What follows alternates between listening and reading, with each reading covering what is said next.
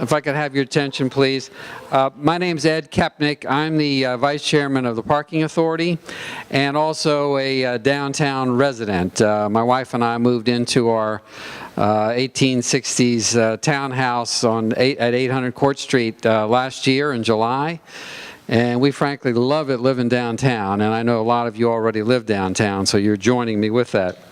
So one of the problems we have, of course, in downtown is that somebody says we might have a parking problem.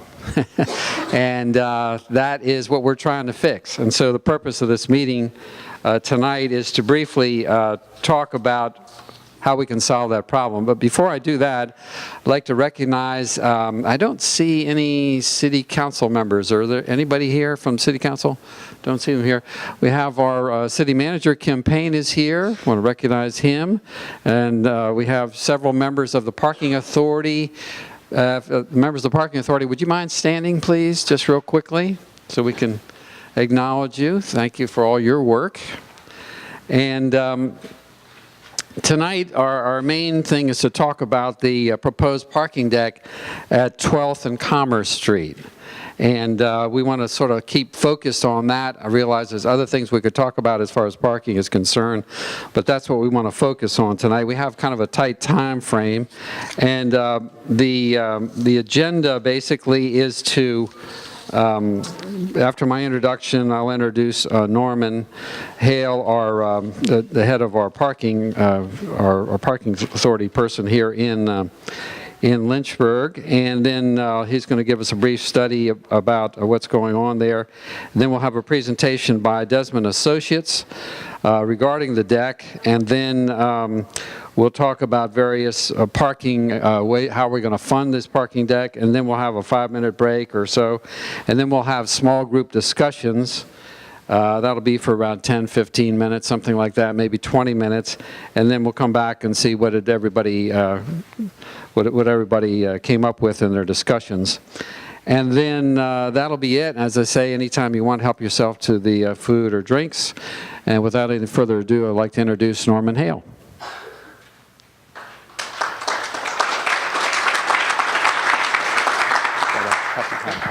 All right. Thank you all very much for coming. We really appreciate your time and attendance here this afternoon. And there's a correction here. The first presentation will be a brief presentation by our Community Development Director, and that's Kent White. Kent will be coming up to give us a brief introduction to development in downtown.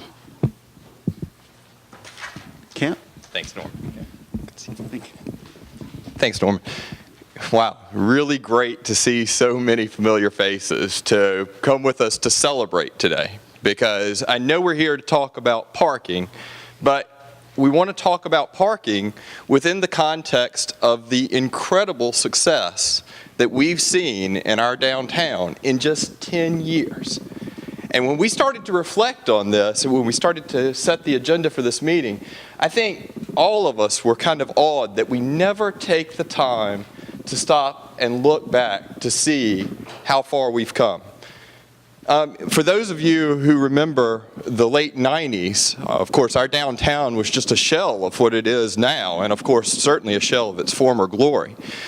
But we had a vision, and we acted on it.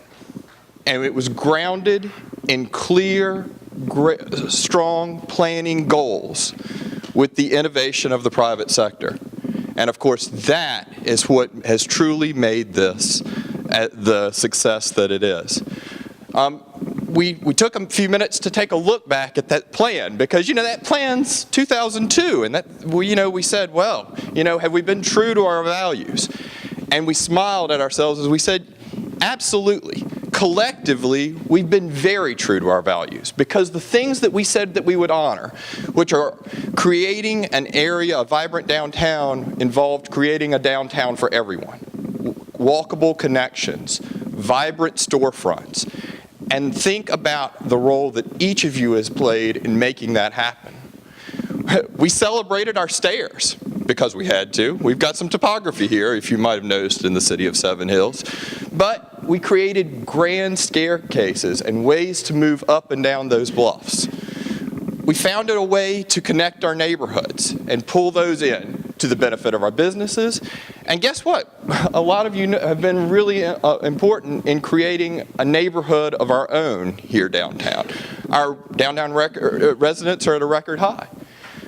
We valued and reinvented our riverfront, and we created an incredible public space that we're going to start using regularly again. This summer weather that we've got today reminds us of how inviting that space is. And we've started to acknowledge our gateways. We see our improvements to 5th Street. We see with our infrastructure improvements, all that's about not only improving our services down here, but creating that welcoming space that includes parking, but also sidewalks. That also includes our infrastructure and creates an inviting place for people to come, for those first-time visitors, so they want to come back. And then this last piece, that again, we can all collectively speak to, the integration of all these planning goals with great public spaces, intertwined with events and economic development. And that is something truly worth celebrating. So with that, I'd like you to take 1 minute to give yourself a round of applause, because you've all been part of that.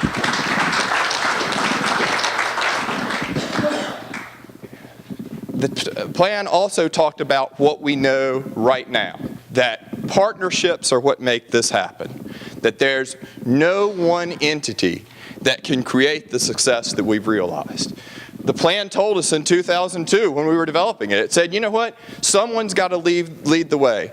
Thanks to the vision of the manager, to the support of council, we got that capital infused, and we created those first key public projects that sparked that public investment. But again, some of you have been here for the long haul. You've seen the good and the bad, and you've stayed with it. And we see that we are all realizing this success together. So what does success look like? Well, I'm sure I could ask each of you around the room, and we'd all have a different definition for that. If we talk about it from the public sector, we could say success starts to look like that we laid out a number of goals through the life of this 20-year plan, and 10 years in, guess what? We're halfway either complete or have started or have completed either half the goals that we set out for ourselves to begin with. So we have been consistent. We've been true to that plan. Success might look like events. And let's face it, 31,000 new people downtown just to celebrate with us at our events last year.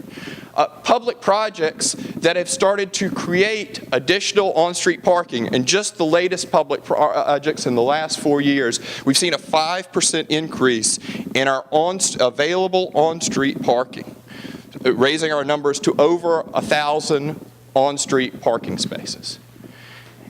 And we've seen awards for great public spaces in 2001 for one of the best park spaces in Virginia. The National Main Street Award in 2006.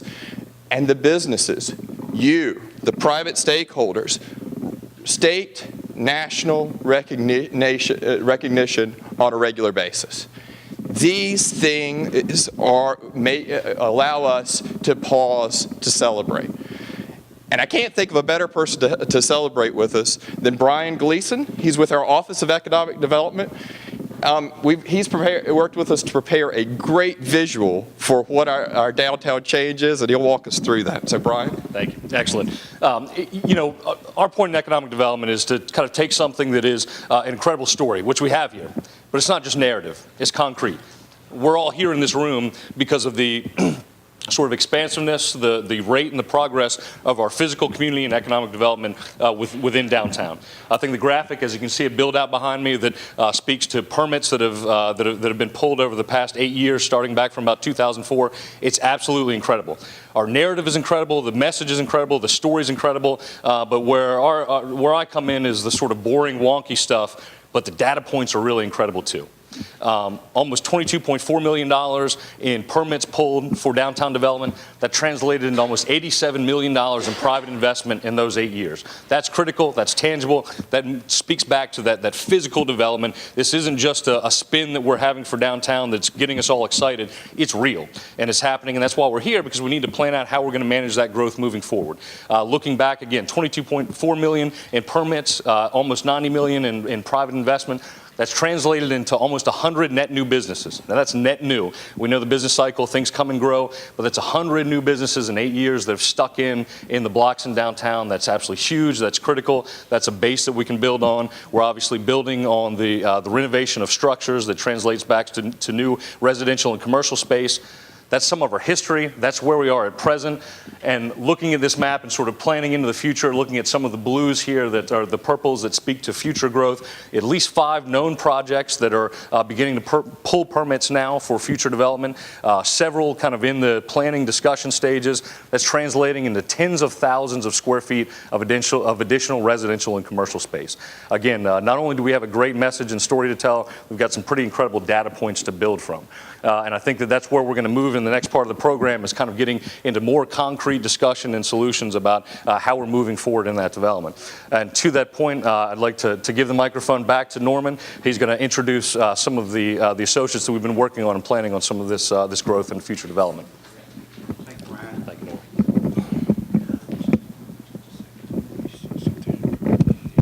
Thank you. Yes, and I'd like to give you, just before I introduce our consultant from Desmond & Associates, who's conducted the parking feasibility plan, I'd like to give you a brief overview of parking studies that have been previously provided to the city. In 1995, Wilbur & Associates conducted a parking study, and it was presented to the parking authority at that time. Again, in 2001, as part of the Riverfront Master Plan, another parking study was conducted, also indicating or mirroring the same recommendations that came out of the Wilbur study in 1995. And then again in 2007, the Walker Parking Strategy Plan was performed and presented to the city, and those recommendations were very consistent with what had happened in the previous parking plans. So over a period of 18 years, the city has conducted 3 parking studies, and they all send the consistent message. Back in 2011, October 2011, the Parking Authority was approached by Criminal Justice Academy in regards to a possibility of considering a project jointly with them to build a parking deck. After much consideration and careful consideration and discussion with the Parking Authority, they recommended that a feasibility plan be looked at. And we brought on, we released a RFP. We received 5 responses to the RFP. We interviewed all 5 of the firms that responded.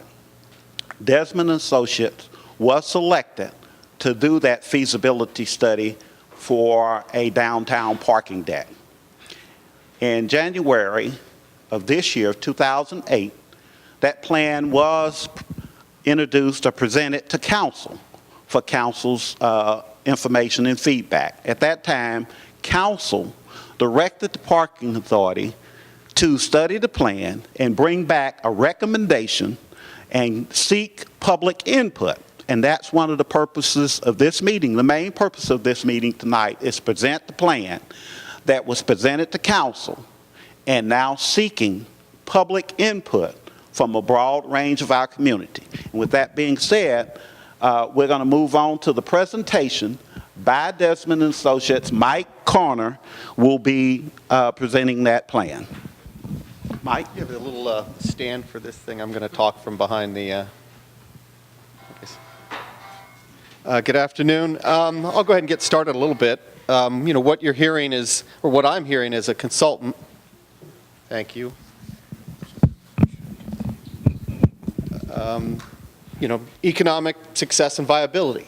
I'm hearing, There's an influx of residential and restaurant activity. I'm hearing that those successes are creating a parking problem. Under that definition, a parking problem is not a bad thing to have, but it is a problem nonetheless. But what is the problem? Just really, parking is accessibility. It's economic viability. It affects developers. It affects the public sector, the private sector.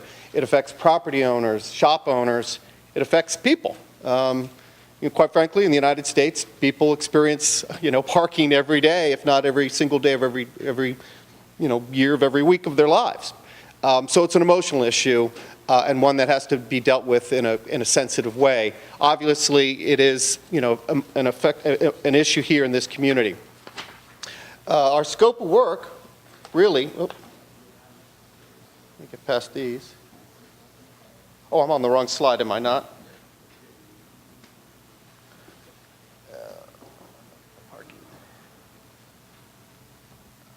Norman, I'm not sure if this, there we go, I'm sorry about that.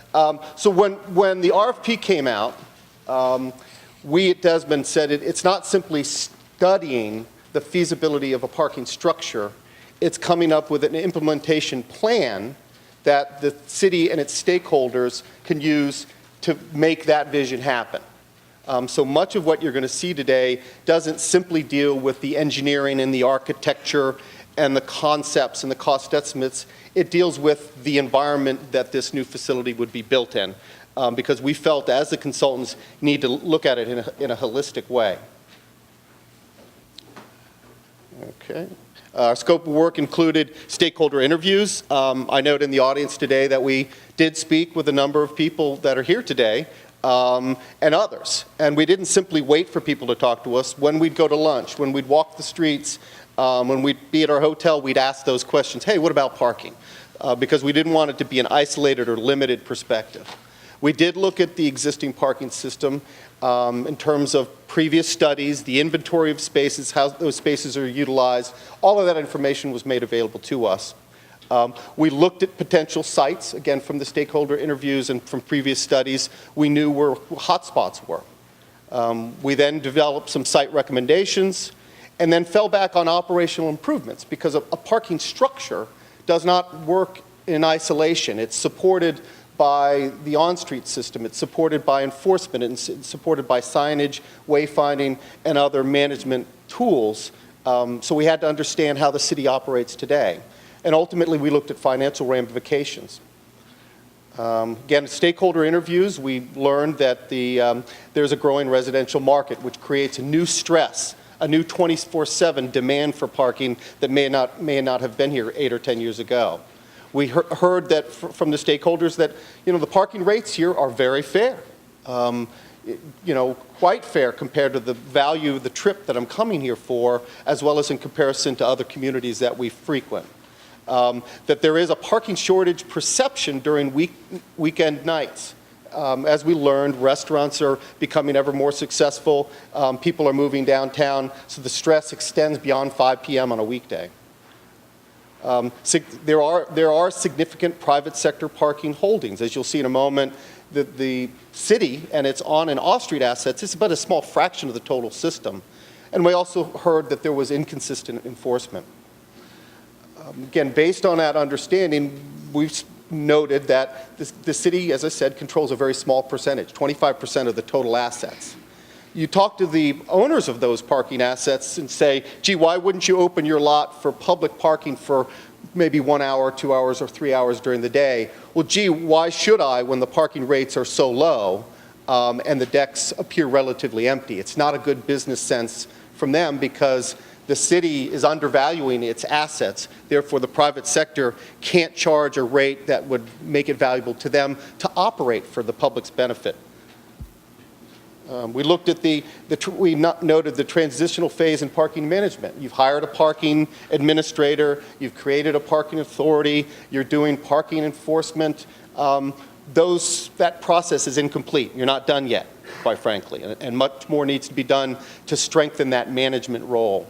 And as a result, there's a misuse of on-street parking. Again, based on the review of the past studies, it was noted that more than 50% of the people that park on street during a typical busy weekday exceed the parking duration by 2 or 3 or 4 hours. Maybe they're employees that come here and work during the day, and they simply consume that on-street space that's in front of a shop or a restaurant.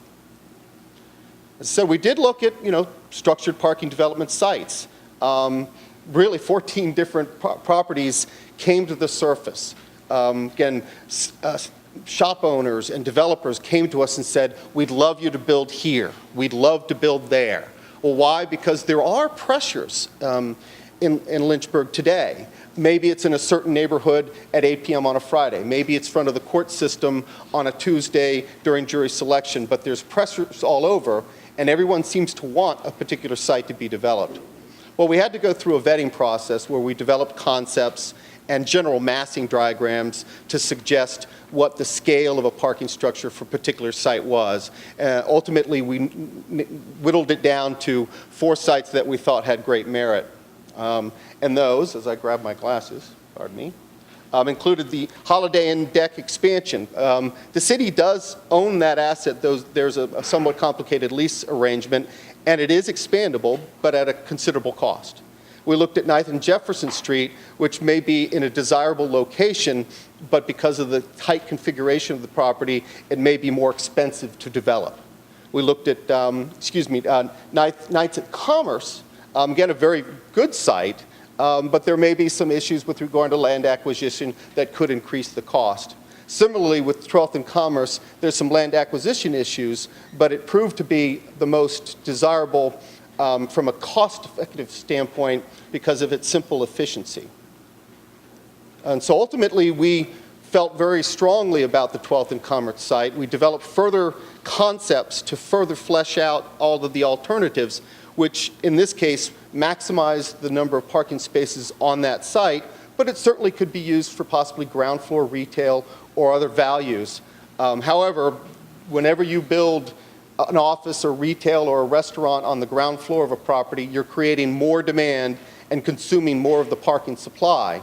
And so it was felt on behalf of the consultants and the parking authority that let's maximize the parking potential on this site. It could support the riverfront development. It could support a great number of businesses that are not only in this area, but support the parking system as a whole. But parking structures cost a lot of money, as I mentioned. In that case, $6.1 million is an approximate cost. We didn't do geotechnical surveys and get into borings of that level of detail, but it does illustrate the magnitude of cost. Now we went back to the operational phase, where we're saying, okay, you want a parking structure, you need a parking structure. We think we found a generally ideal location, though not universal. How are you going to pay for it? And so in looking at the parking system, we noted previously that there are a number of weaknesses. As I mentioned, the on-street parking system is being abused by people that will park for 4 or 6 or 8 hours. We noted that the parking rates are low. We noted that the existing city-owned assets are aging and need a certain level of rehabilitation and maintenance that'll come at a great cost. So we needed to look at the system to come up with ways to pay for those improvements. So recommendation 1, reorganize the parking management department under the parking authority. Cities throughout the U.S. use not City Hall or not the Public Works Department, but a third entity, an authority, to help fund and pay for parking improvements in a business-like manner. Recommendation number 2, strengthen the parking authority through creation of an enterprise fund. Again, parking authorities or any authority is a great revenue-generating stream where they could justify in the bonding industry the value of the assets that they own, and therefore they could get a low-income financing for particular improvements. Recommendation number 3, terminate the Holiday Inn deck lease and take operational responsibility. We feel that that property is being mismanaged and has great value, particularly in the future as more of the event and theater activities begin to blossom. That facility is in an ideal location to meet that need, but under new management. Recommendation number 4, increase monthly permit rates by $10 in Midtown and Clay Street deck and $5 in surface lots. Again, we think that the assets are undervalued, that we're not simply saying increase the fee in order to generate more revenue. No, it's increase the fee to realize the true value of those properties. It does cost a considerable amount of money to maintain a parking facility that already exists. And right now, the city or its authority is unlikely to be able to support those improvements when the parking rates are relatively low. Number 5, increase hourly parking rates in the Midtown deck. Again, similarly, there is turnover occurring here. And this deck is in an ideal location for a certain radius around it, and it is underperforming, and we believe a slight increase in the parking rates would help improve the customer service associated with the facility. Number 6, test the operational requirements and merits of an on-street fee-based parking management strategy. This is the big one. This is the one that makes everything else work. Why should I pull into a parking structure or a parking lot and pay 25 cents or 50 cents an hour when I could probably park all day for free on street? And so the city and its parking assets and the private sector and their assets are fighting with the most valuable asset, on-street parking, which is free. And so it's an impossible competition. They cannot win that competition because the most valuable asset is being given away. And so it's very important from an operational standpoint that those spaces be managed to improve the utilization and value of off-street decks. The spin-off of that reality or that recommendation is revenue.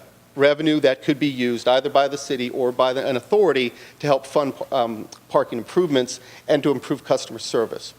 Number 7, presuming successful test piloting of the program, commit to expansion of the fee-based program. What we were talking about is, maybe on Court Street there's a test area where 80 to 100 curbside spaces, meters are installed, whether they're single or multi-space meters, to test the application and the city and parking authority's ability to manage that new change. And finally, number 8, enterprise fund to retain all revenues after operating expenses to fund parking access-related improvements in the downtown, not for improvements elsewhere or towards a new swimming pool at the public school, but for assets and activities in the downtown.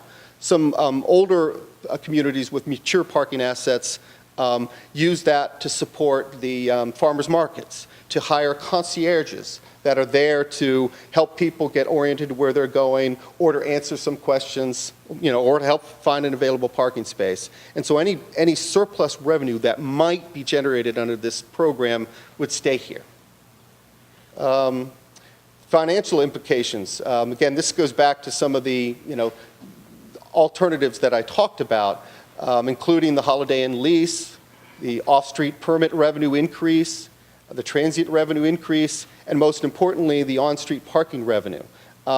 Being very conservative and looking at the less than 1,200 parking spaces that are in the downtown, and I believe we used a 50 or 75 cents per hour parking rate, the system, as it is, with current demand, could generate nearly $600,000 a year in parking revenue.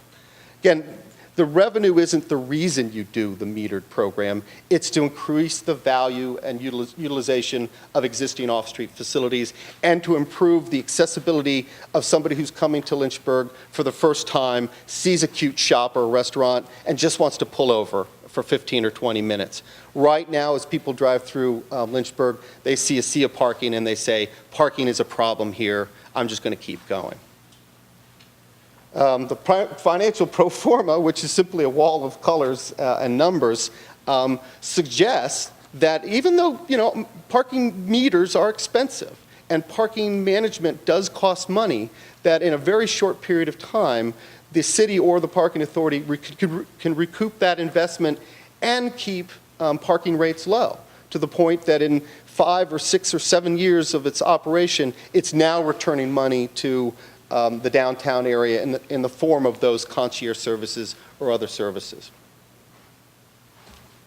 I think we turn it over to Q&A now, Norman? Oh. Yeah, thank you, Mike.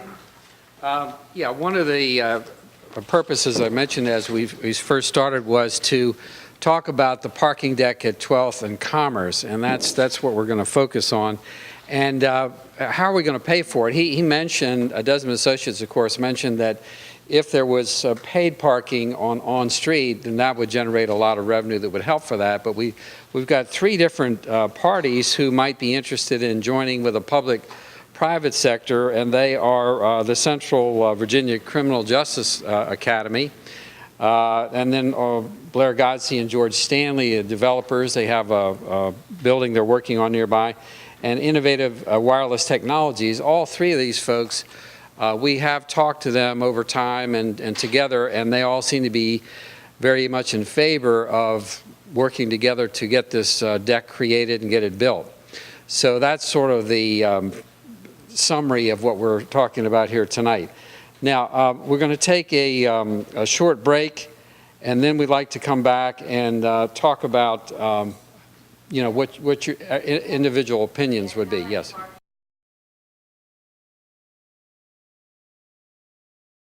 So we kind of we talked to someone about community service, retail, arts and cultural activities. What about from the residential angle? Well, my block down here is really, we don't have any retail. But I mean, I was hoping to get more permit street parking down there, because where the residential is, the permit street, like the block up here where 5th and, from Church from 5th to 6th, that's permit on-street parking. See, that doesn't really affect any retail up there, so it's not the point probably putting meters up there. It would just affect the people who live there. And I think it's kind of like take about a block per block basis. Because we were moving from 12,000 square feet to 36,000 square feet, expecting growth and momentum in our business, and we've got every parking spot just about filled, and we've only got the building about halfway filled. So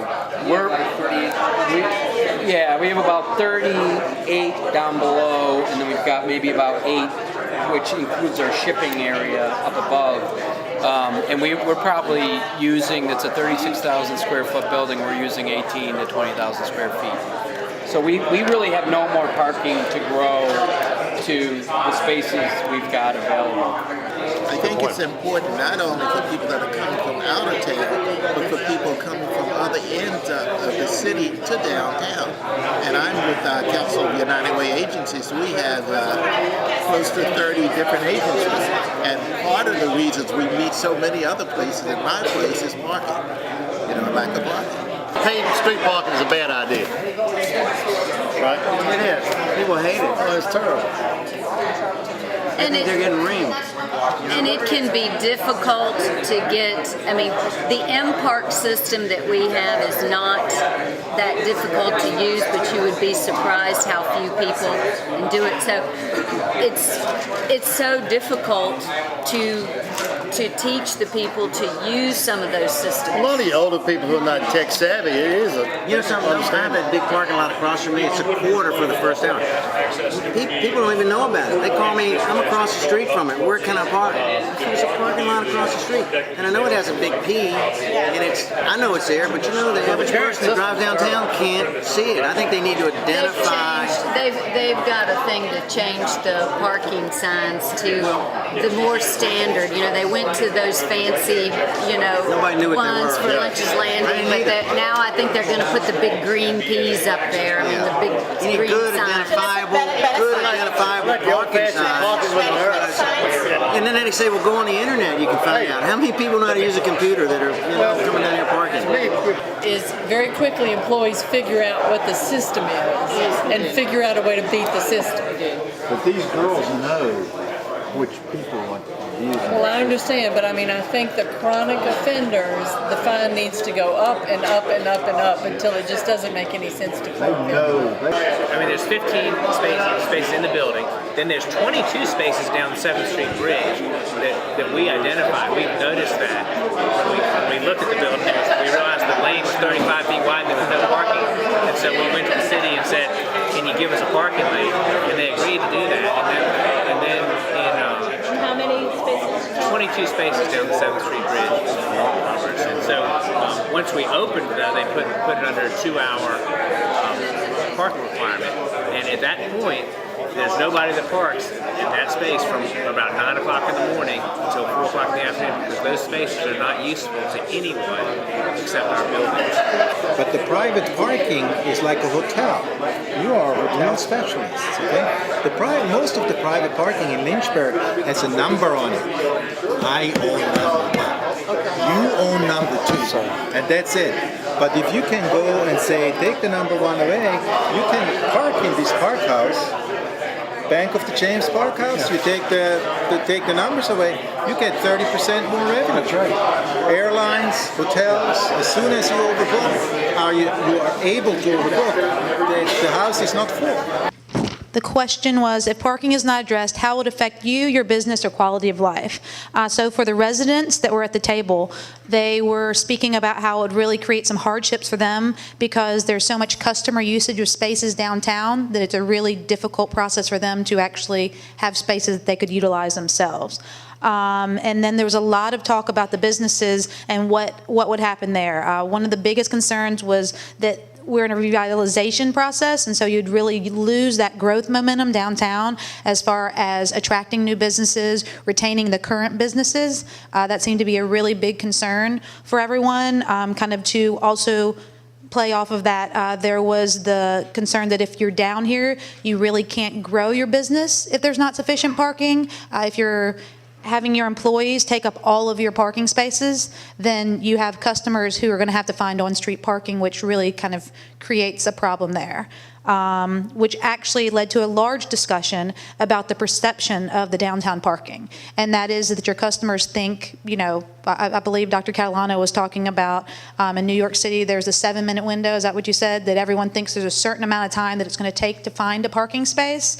And so without something like a large parking deck, then there are going to be naturally those customers that might not even travel downtown to come to your business just because they don't think that there's somewhere that's going to allow ample parking. So this perception was a really big concern for everyone at the table. And again, it just went back to not being able to actually retain businesses downtown because they get down here and have a continued problem with their customers and their employees actually being able to park. So does that cover it, you think, gentlemen? All right. For the second question, that was about what could, if the parking deck is not constructed, what would you recommend to improve the parking situation downtown? On-street meters was the immediate response there. There was also the recommendation of concierge or possibly valet parking, as well as a discussion about an independent trolley or shuttle service that would be able to be utilized downtown. And finally, the third question was, how do you think the cost of the public portion of the deck should be funded? The immediate response there was a combination of kind of both things that were suggested on there. The immediate would be on-street parking funds, to generate your on-street parking funds and to make sure that what you're charging for that on-street parking is going to come in at a market value, so you're not undercutting yourself. You're going to come in at a good market value. And then whatever you can't generate there, you would then look at some municipal bonds. It was also suggested that you could pre-sell some long-term spaces initially to reduce that borrowing cost that you might see when you get to this portion here. Okay, I have the next group, and I just want to say that there was lots of conversation and lots of discussion with this group, and I hope that I captured everybody's points. The first question,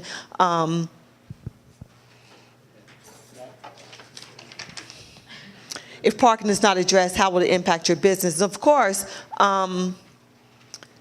it will impact it because it's going to impact the revenue, and they thought that question was really a no-brainer, because if parking is not addressed, of course the businesses are going to be impacted, and people aren't going to come downtown, whether it's whether it's perceived, but it certainly will have a negative impact on businesses. We also talked some about if the decision is made to put a deck at 12th and Commerce, that, some people can live with it because they can walk to that deck and it won't be that much of an issue. But if your business is on the opposite end of 12th Street or is not in close proximity to a deck, then that will have a negative impact on the businesses as well. Question number 2. If parking deck is not constructed, what would you recommend to improve the parking situation? Of course, there was lots of conversation. The first comment was just close up shop and go home. You know, we don't even need to have any conversation with it. But there was lots of conversation about working with private businesses and parking lots and spaces that are already available, to work with those businesses to open those spaces up, to get rid of the numbered spaces, so more spaces are created by the city, working more closely with private businesses, and open up some of the spaces that are already downtown. Did I capture that correctly? Okay. Tighter enforcement, create more turnover on the street, and also to reduce the ownership of some of these private spots, which gets to the first point, where if no one owns these spots and they're more open, then that should create more opportunities for parking. And again, open up the private lots. So there was lots of conversation about looking at the lots and the spaces that are already out there, working more collaboratively to open up those lots. Okay, did I get everything? Okay, and the third question is, how will we pay for it? And on-street parking was the first suggestion. More parking permits, and put a higher premium on the on-street parking. I mean, if those are the premium spaces, then make sure that we're charging for those. And to try to find the balance between the paid parking permits and the on-street parking. The other suggestion was more long-term parking, more long-term permits. You know, if you're going to buy a permit, you can keep it for a longer period of time. But to try to find that balance between the parking permits, the on-street parking, so that it's conducive and convenience for everybody. Okay, did I capture everything? Okay, that's it. We had a very diverse group here as well. We have a representative of downtown retail. We have a community service organization. We have a arts and cultural organization. We have a downtown property owner that also owns a lot. So what we kind of focused on in question one, it all aggregated back to one main issue. And that similar to Tamara's point, that it was sort of a no-brainer, that it's a barrier to business access. But they kind of had several different components. Some of those being that it limits growth, obviously, the retail business specifically. She's got to get more customers in. You know, we're talking about physical space here. We can't occupy the same space at the same time. If she needs more customers, they have to be able to get here. They have to be able to get to her. Needs equitable enforcement. You see that equitable is kind of an asterisk that was put in there. There are some areas that were mentioned that they're enforced more than others, and that can kind of create bubbles where folks know that they can find a place where they might be able to squeeze out 4 or 6 hours, and other places where they know they'll get nabbed in the 2, and that seem to be creating problems for those entities that are cited in those areas where there may not be as quote equitable enforcement. Differences in the parking market. This was kind of specific to owning a private lot. That there was support for this concept, as illustrated by Desmond Associates, that there needs to be a market valuation of the asset of a parking space. And there was support for the concept of the city providing a price floor to that asset, but not so much for ongoing or tweaking of that. It was a kind of a feeling of, you know, we need something concrete and with some metrics behind it, and not necessarily support for establishing a price and then tweaking that price and then lowering that price and raising the price. Support for a price floor, but not so much for the city being the kind of market price leader. Question 2, we were kind of a little over the board on this. Block by block parking, either in terms of structure or enforcement, kind of went back to that, the disparities of enforcement and the feeling that, well, maybe that indicates a disparity of use or disparity of need, and that there may not be a need for a uniform system, but one that's almost in zones, we might say. Improved wayfinding, that simply directing people to the assets that exist now may at least improve the perception of the parking issue. Folks can get to where they need to be a little bit better, and that if not buy us a little time, can at least buy us a little perception value, that it's not so bad to get to a parking spot. The 7-minute comment, that if you kind of know that where the parking is, you know to factor in a few minutes to find it, and that's kind of typical of any urban area. Increased capacity, I mean, again, I think that's sort of the bottom line this group came back to, is that all speaks back to that there needs to be more. There just needs to be more capacity. Support of value for existing spaces, but again, do not play with the pricing too much. It's the same thing. Support for a price floor, but not necessarily for tweaking of that too much to create volatility for owners of private spaces. Finally, question 3. We jumped off with some really good ideas. Proportional cost sharing for private use. For instance, if it's a 100 space deck and there is a 20 spaces dedicated to one private user, then they see a proportional cost share being a good way to fund that. Similar to that concept is simply a monthly rental revenue, just to have some sort of fee-based structure or permitting revenue that comes off that. In discussing that, we realized that those are reimbursement revenue models, that what's going to fund it on the front end, and then started talking a little bit about getting into it. So we're going to talk about a bond issue, or we're going to talk about a special tax district. What's the thought there? There's recognition that most likely if the city is going to be the primary funder, that most likely the bond issuance is going to be the most palatable avenue, unlikely to be any popular support for a special tax district or what's called tax incremental funding, where you'd at 1% additional within these 5 blocks downtown on real estate taxes, but that 1% is dedicated to funding a deck. Again, there seemed to be little support for that concept. However, there was sort of this idea pitch that we can look at a more kind of private sector model of doing a venture fund to create fund development, to create capital development, like a startup company would do a Kickstarter campaign or some sort of capital campaign to get this underway, and structure that in more of a private model. Look at it as whether a Kickstarter campaign or looking at equity ownership on the public side to build some value and to fund the program. Has I covered all? Thank you.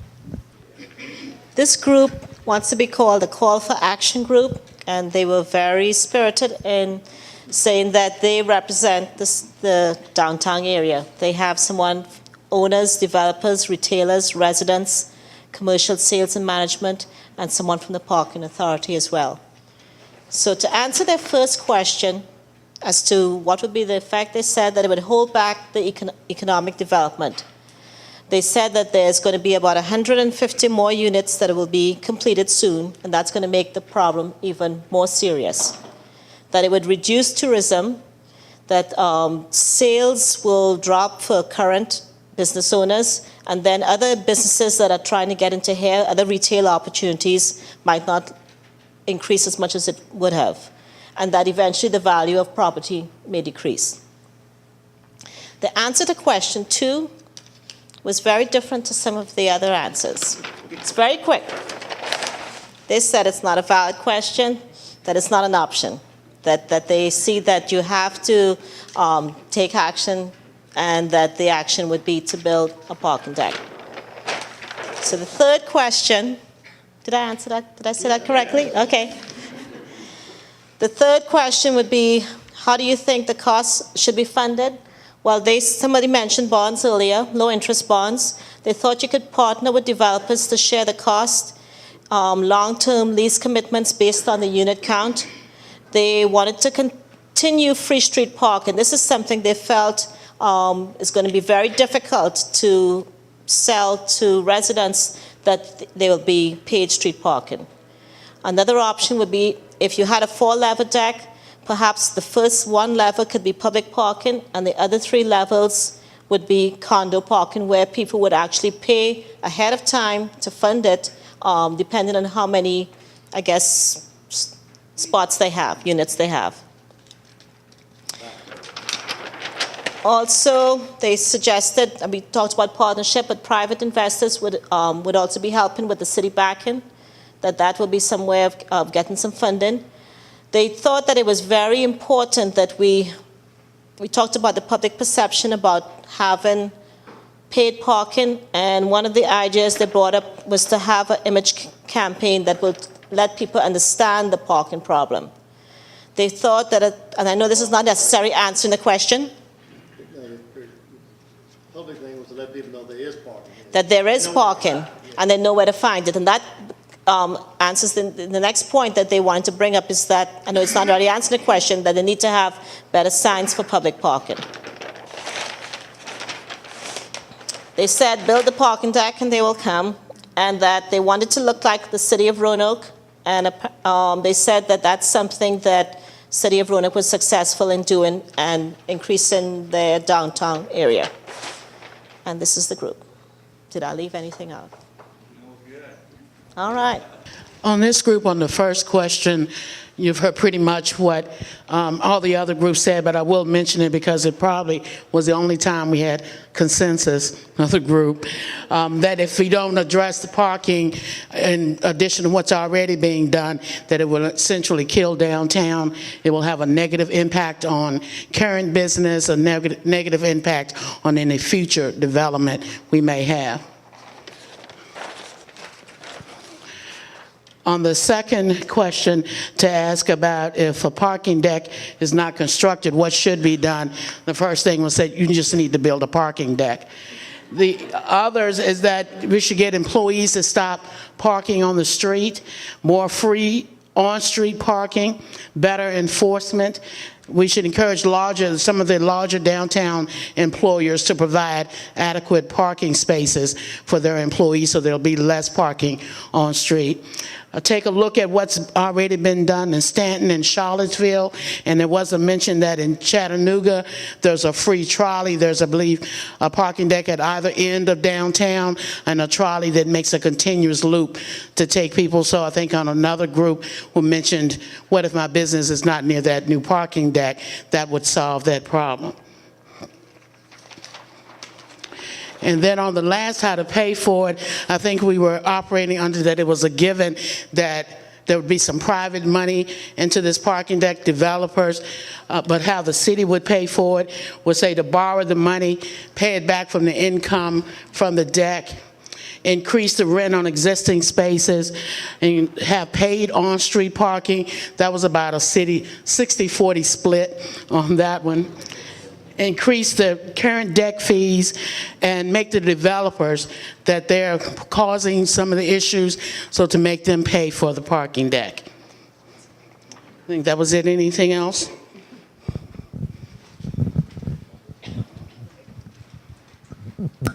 Were there any developers at that table? I'm just asking. I didn't think so. Our table was a nice mix of developers, realtors, property owners, and downtown residents. In response to the first question, I think very similar to what everyone else has said, less development, less accessibility to new residential growth. People may not choose to move downtown if they think that there may be a parking issue. Adding a parking service, valet services at hotels and restaurants, that's already happening. And pretty much what we've talked about on the other ones. So question 2, if we don't build it, then what? A suggestion that there's a parking pass that waives meter fees for a longer period of time. Again, that technology answer. Control the price to incentivize private construction of decks. So if you get to a certain price point in city-owned decks, then it'll be incentivizing to private managers to then manage their decks as well. Private management of lots, again, that same issue in valet services. And finally, how do you think it should be funded? Metered on-street parking was one of the first things that was said. I do think there was a little bit of a split at the table on that as well. Municipal bonds, control of a residential permit parking program, possibly the $1 million a year to downtown being put into this effort to build a deck. Reevaluate public infrastructure priorities that are already current priorities to face this more immediate need. Raising ticket prices was suggested. And finally, I don't want to leave out the person at our table that said they will buy half the spaces to develop a movie theater in the city auditorium. I don't know who said it. Okay, we've heard from all of the tables here tonight. Again, we really appreciate the time you've taken and the input that you've given to this process. The Parking Authority will continue to study and move forward with a recommendation back to council. We will be discussing the outcome of this meeting during the next Parking Authority meeting. And before we move to the next phase, I would like to see if our city manager or deputy city manager has any comments. First of all, I want to thank everybody for coming and for your interest and for your ideas, and we'll look at this very, very carefully. But maybe to start off the questions and answers, I'm going to turn to Mike, and I know the answer, but I'm going to ask you to give it. I heard a lot of folks talking about issuing debt to pay for the parking deck or a parking deck, and I would just, our current rates, the highest rates are around $50 a month for a space and a deck. I'd like to ask Mike what it would cost to service the debt on a deck, a $6 million deck per month. Yeah, including construction costs, debt service, operating costs. For a parking structure to be financially feasible, you need to generate about $180 to $220 per space per month. So developers aren't likely to want to add that to their pro forma because the cost of an office building or a new restaurant is so high. So it's something that's very difficult to absorb simply from build it and they will come. Gary. For $6.5 million, 3% for 20 years. I was told to get 465 spaces, you need $78 a month for principal and interest. So if you rent them for $100 a month, because you got to have upkeep and so forth, that's $25 a week. It's $5 a day. I'll build a deck if y'all want to lease it. All it takes is $100 a month. It doesn't take $180, $200 a month. Not at this. I mean, I just did the math. It's easy math. Well, I don't think your math. I think you're missing something because for the last 4 years or 5 years that I've been looking at this, it's $200 a month, $20,000 a space. Well, I took your figure, 6.1 million, and added 400,000 to it. And if I borrow $6.5 million at 3% for 20 years, and divide that monthly payment by 465, it's $77.52 a month. It's easy math. And then The one cost that you didn't include is maintenance. that's why I said $100 a month. Not $78 a month. Yeah, it costs roughly the maintenance of a parking structure between $400 and $800 per space per year. So you can see at present the rates that are in Lynchburg are insufficient to cover the maintenance of a new deck. No question, but I don't see how it can go from $100 to $200. I mean, it's no way. I mean, I've got parking decks. I got 200 spaces downtown. I know what the taxes are. I know what it costs to push the snow. I know what the lights cost.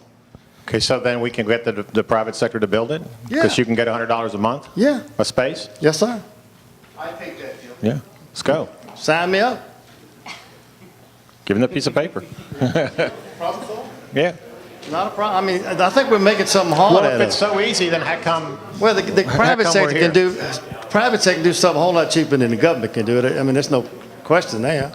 Well, so, all right, then my question is what's holding us back? What's holding the private sector back? The private sector controls 75% of the spaces downtown, and yet we've got a parking problem. These guys are building these condos, these residential deals, and think the public ought to pay pre-parking for them is wrong.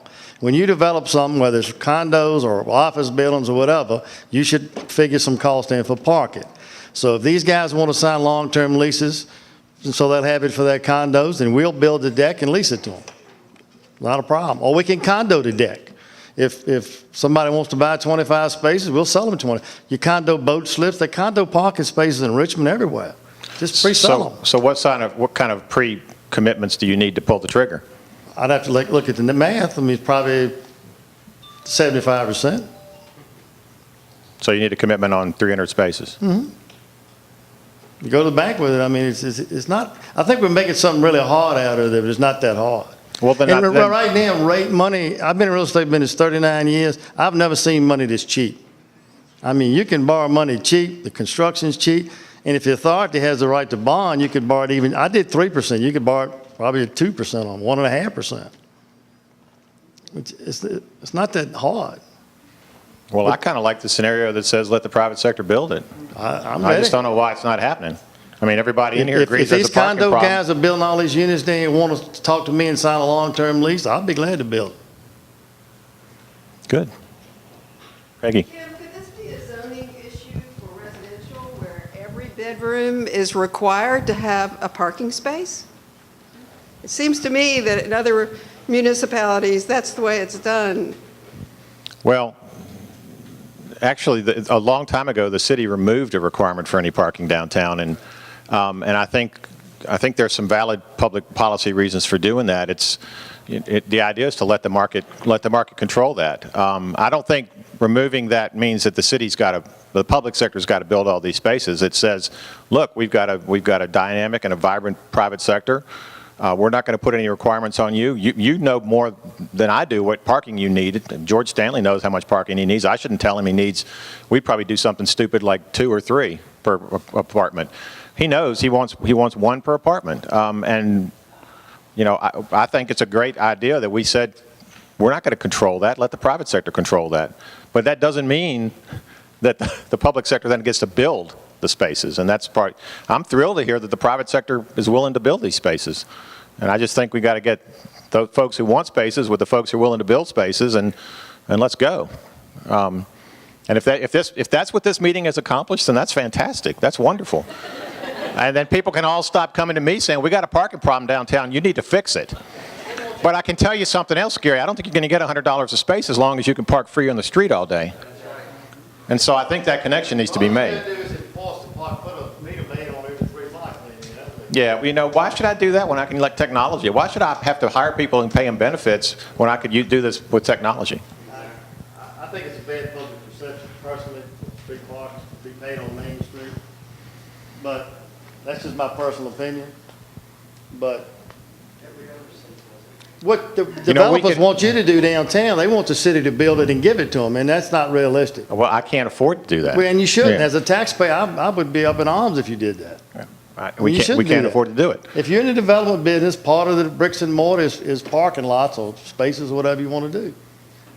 I mean, Let's do it. I have office buildings, and I got 200 parking spaces, because I knew when I built them, I had to have parking. So we bought it, we paved it, and we run it. And my buildings are leased. So, simple. Great. All downtowns in the enterprise zone.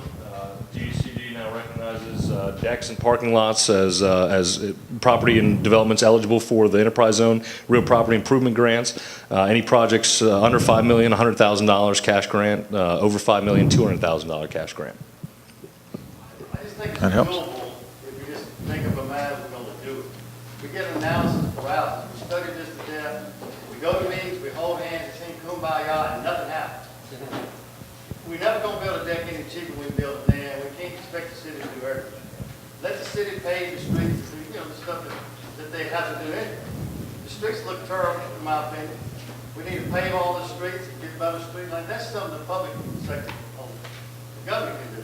Let the private sector take care of themselves. You know, the city can't do it. Yeah. Then you're just going to be in a position of tearing down buildings and doing more things like that. There must be buildings a lot like, you really need to be able to find spaces that would work for larger, for the whole area. Visiting when you're still in day and the residents. That's not going to accomplish anything except, you know, run out to the suburbs. So we've got a comment over here. Yeah, I guess as a private business downtown, you know, number one, I have no issue paying for parking on Main Street. Every other city in Virginia, you pay for parking on Main Street. So there's a perception that we're giving away something for free and an asset of parking, which I think is the wrong perception. I also would bet that our public space is a pretty small percentage compared to cities our size across the Commonwealth from a percent ownership. I think it's great to think that private industry would make that investment. I think it may take longer to coordinate private-public partnerships than to push it through one entity like the parking authority, to be frank. Because you've got an issue that you've got a market value problem. So if I were in your shoes, I wouldn't build a private parking deck down here because it's undervalued. I can't make the business case work. Right. So you need the the public entity to raise the market value to make it even make sense. And then you've got the problem of, okay, are you going to get public trolleys to come by and pick them up at your parking garages? Do you have a big enough lot that you can build a parking garage? I mean, it's a bigger problem than just I'm going to set up 100 parking spaces, because I've got parking deck and I've got a 36,000 square foot building downtown and I've got enough for all my employees. But I think you got to think through, how you're going to do that and how you're going to manage it in a public-private partnership to really make it make sense. And it's not as simple as I can go get low-rate funding and I can make this happen, because the market isn't even at a point where that would make sense for you, my opinion. Well, we've got several private decks downtown that why aren't they getting $75 a month? I might say that the problem we have is, I think Gary is right. I like the idea of having a private parking lot, but you have to raise the street level paint that the people go there. Right? That's what the problem is today. That's why you all say this is undervalued. This parking lot is undervalued. If we don't charge, and I hate to charge the people, but if Gary goes along and builds his parking lot, you have to raise prices, otherwise that parking lot is not going to go. Right. I'm planning on building it for people that want to rent it and know they got a space 24/7. I'm not planning on building it and operating a parking garage for anybody who comes downtown. They city do that with the guys, let them park on the street. I'm talking about people that live down here and work every day and want to know they got a parking place every morning. That's the people I'm looking for. My name is Charlie Catalano. I approached this problem or issue on several fronts. I can honestly say I actually have something more than Gary Case has. I have more parking spaces. I control 280 parking spaces in the SunTrust parking lot, and it is undervalued and it's under poor maintenance because the cash flow has not allowed me to do the repairs and maintenance that need to be done to bring it to a higher standard so it would be more attractive. It is a safe parking deck, but it's not very attractive. And so I agree that the prices need to be higher.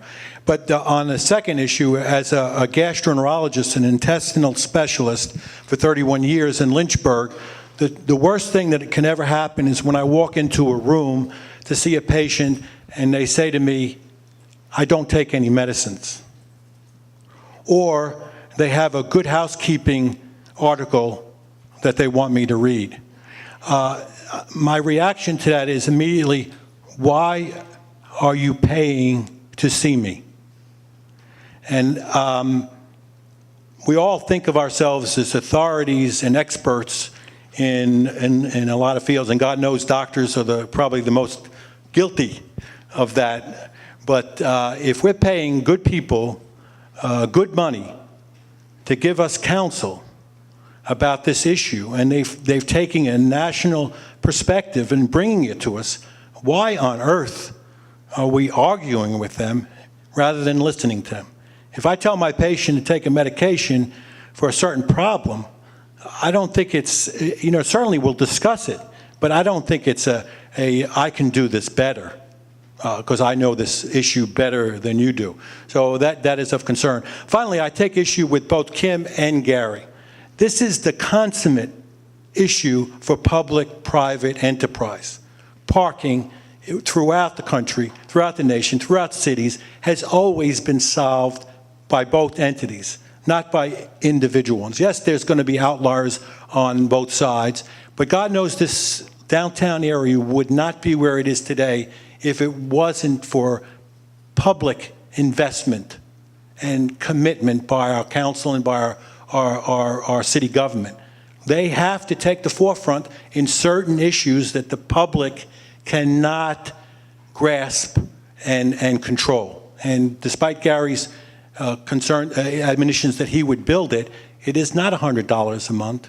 It's $50 a month, and maybe it'll be $70. And despite Kim saying, well, we can't afford it, we're telling him we can't afford not to. Council has to find a way to make this work. And council and cities have a 100-year timetable, not 20 or 50. They have a commitment to the future of this downtown. And if we as stakeholders are saying, this is the next big issue, you've spent this money on infrastructure, don't stop now. We need to demand that from them. And that's my position on it. I think it has to be done by both entities, and we should not take no for an answer from either side. Thank you.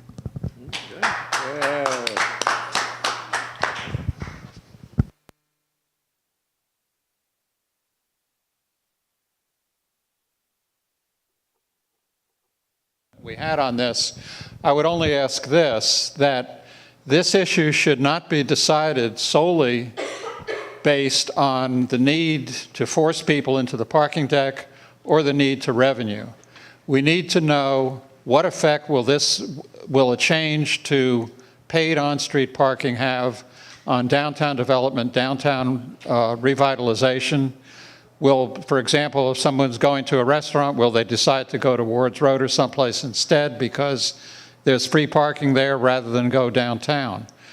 Before any decision is made, we need to have the answer to that question. You know, I think the number one reason in my mind for paid parking on the streets in a vital, retail, active downtown area is for turnover, to get people in and out of those retail spaces, be it a restaurant, be it a shop, be it a accountant's office, be it whatever. I think the number one reason for paid on-street parking is to provide that turnover, because that turnover creates business. And the people who are coming downtown as transients are going to look for that parking first rather than trying to find it in another place. The people who know downtown, they know where to find a place to park. And so if you want a vibrant retail environment downtown, which is going to come as we get more residents, that you've got to have that turnover on the street, in my opinion. I say something also, there are 3 different studies that were done to answer your question. And in every city where they've done this or had this sort of a problem, they have the same answer, and that is paid on-street parking. I mean, that's just, it's a no-brainer, basically. You don't even have to question that. Just read these studies. We've paid thousands and thousands of dollars for experts to study this thing. They've all come up with the same answer. So why keep on going?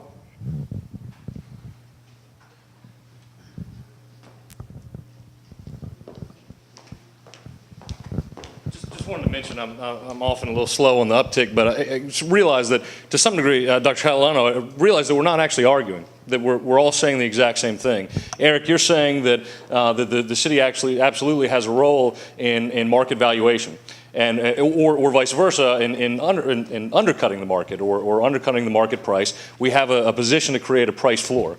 Gary, you're saying that if we can align the interests of the market and make the market function as it should by not subsidizing or not offering a zero price value asset, that all of a sudden there's going to be value created for you and you'll move on it. To some degree, I think that we're kind of saying the same thing, that all seems to circle the drain right around paid on-street parking.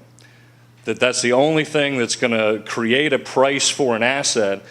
That price is then going to move market actors like Gary to go, well, you know, now you could barely get 50, but now we're getting close to 70. Well, if we can get the market bottom down to 75, well, now there's revenue for you, and you'll move on it. And in that space, that's actually absolutely a public-private partnership. Even if ultimately the build out of the deck is with Gary's assets alone, the public sector absolutely has a role in the assets that it owns, the right-of-way, the on-street parking, to create a price for that drives the actions of the rest of the market, that creates that demand, that creates the capacity for the private sector agents to move and to build some value. George, can I ask you a question?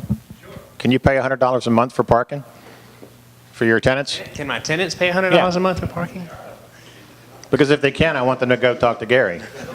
Right, they can. I mean, so, you got to, the supply and demand have to work together, and I think that's kind of what Brian's saying. So, you know, Gary's saying to bring the developers on, he'll build it for $100 a month rent. I'm saying, are you a willing buyer at $100 a month? I mean, I just know what the other markets are I've developed in Richmond, I've developed in Roanoke, and I mean, if there's no supply, you know, the curves would meet and you would do it, but it doesn't, nobody pays that for in Richmond or Roanoke in general. Well, all right, you pay me 100, then you charge your tenant 75, you gotta take 25 off of the rent you get, just like it's the cost of doing business, just like when you collect rent, you pay taxes, you pay the water bill, you pay maintenance. So you may not get the $100 from your tenant, that's your choice. Maybe you have to pay 25, but it comes out of your $800 rent or whatever rent you get, right? I think the problem is the market elasticity. The market hasn't floored, has not reached the point, Gary, in my opinion, that you're going to get what you're going to need to finance an operation. At some point, yes, it will. But at some point, what we're talking about is keeping momentum going downtown to the point where what you suggested exactly should be the right thing to happen. But right now, when you talk to guys like Dr. Catalano and you look at some of the numbers that we've paid people and our public representatives to look at, and we've looked at study after study over the last 15 years on this, you're talking about a 2x to 3x jump in market valuation overnight to make it make sense. No. Charlie's got 280, I got 200, we control half the market. No, 6,000 spaces downtown, right? We're talking about all street spaces. 1,200. Now you're talking. I'm parking czar, I'll raise mine door, I'm like, Charlie, you in, baby, we gotta come. Well, I mean, why not? Go for it. Again, and I mean, if the private sector can solve this, I'm all for it. We gotta quit taking excuses, well, we can only get $50. Yeah, but you won't build it for 100 and he won't give you 75. So how does that work? He don't leave 50 in his market. I mean, if he can't afford it, he just can't. Kim, I think you're playing devil's advocate here a little bit. And one thing that happens with these things is people love to talk about hard numbers, and God knows I do that as well. But we're talking about economic impact here, and for every dollar that's invested in parking, the return is usually 10 to 12 fold. So, I mean, we cannot just look at these strict monthly rates and the impact that would have on a city. You got to look at sales tax and other property tax and all the other issues there. So I'm not going to let Kim off off that easily. This is an economic development engine that needs to be stoked, and it's got to be done by a combination of the city and public. And the monies for that are not just the monthly rents. We have a new tenant here that's got 45 employees that could go to 80 employees. We have several buildings that could easily bring 300 or 400 more employees to our downtown. You can't measure that in terms of parking monthly rates. It's just, I think it's a little silly to think that way. And this whole conversation got started with a $20 million investment, bringing $80 million of private money to the downtown. That's not the same math as what Gary's talking about. That's a 4 to 5 time return on your money. And I think even Gary would take that. Yeah, but the reality is, Kim, you have $6 million, you see it in the future, but I see in y'all's budget, you don't have it. Well, and that's the point I was going to make. I mean, I think Charlie's exactly right in the longer term. In the shorter term, you know, I'm not sure how to make the numbers work. Somebody said rearrange your priorities and use the $1 million a year and put it in a parking deck. That's a great idea. I just put that $1 million a year into a $5 million project, though. So that $1 million a year is spoken for the next 5 years.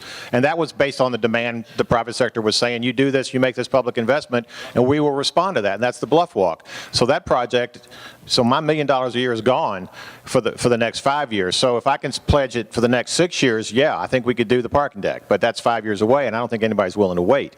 On the other hand, I got Heritage High School to build within the next 5 years, and that's, you know, that's a cash flow issue. So I've got to create a cash flow to service that debt, or I don't think I can sell city council on it, because they got to pay $80 million for a high school, and there's 3 elementary schools waiting out there as well. So that's why we end up starting to talk about that the asset needs to be paid for the community that it serves, and that's where ideas like business improvement districts come from, or frankly generating revenue out of on-street parking charges to pay for something like this if the public sector's got to pay for it. Because you're right, Gary, the public sector doesn't have the capacity to drop $6 million downtown tomorrow. I mean, if we did, we'd do it, but you know, we don't have that right now. So the question is, okay, how do we pay for it creatively? And if we can get the private sector to say, okay, I'm in for 30%, okay, there's something to work with. But, you know, we've got to generate that. And my biggest fear about building a parking deck, realizing we only control 25% of the parking downtown, my biggest fear is the city goes all in, here's $6 million, build a parking deck, and then we watch it sit empty because people are still playing the games they play. And I've got to charge $100 or whatever to even begin to break even, and everybody's saying, "Well, I'm not going to pay that. You know, I'll get a ticket a month, you know, playing the games I'm playing with the parking ambassadors." And when we play these games on the streets, and everybody who parks on the street is incredibly creative about beating our parking ambassadors. They're really good at that. It's a great game. It's the great game downtown. Park on the street for free. And I want a parking space guarantee, I think people would pay $5 a day. That's all you're asking. Yeah, it adds up to $100 a month.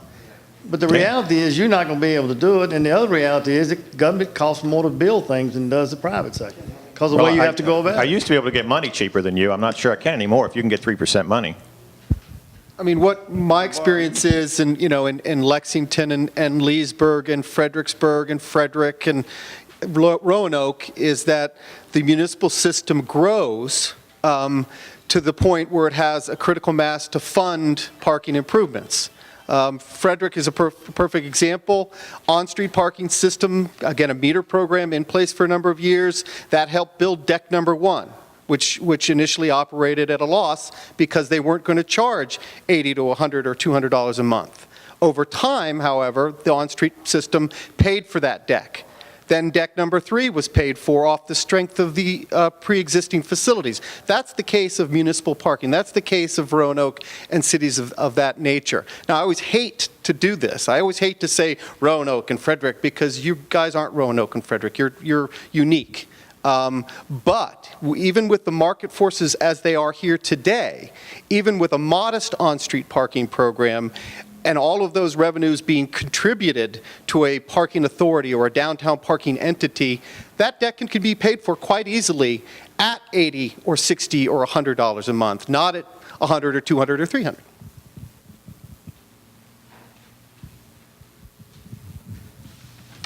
So what's next? All right.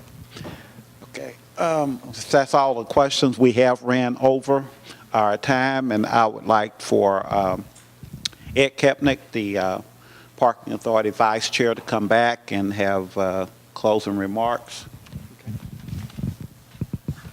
Well, first, thanks for everybody for coming here. We've got obviously some great talent pool here of people who have ideas, and thank you for coming. It was great. I think that the answer is here. We have the answers. We just need to put it all together and agree. So if you can talk to your friends and neighbors about maybe what happened here tonight, that would be helpful too, particularly people who are downtown, either live downtown or have their business downtown or work downtown. Because we need to get something going, and we just can't keep procrastinating and waiting another 5 years or another 5 years and doing another study. Let's get it done now. So thanks for coming. Appreciate it.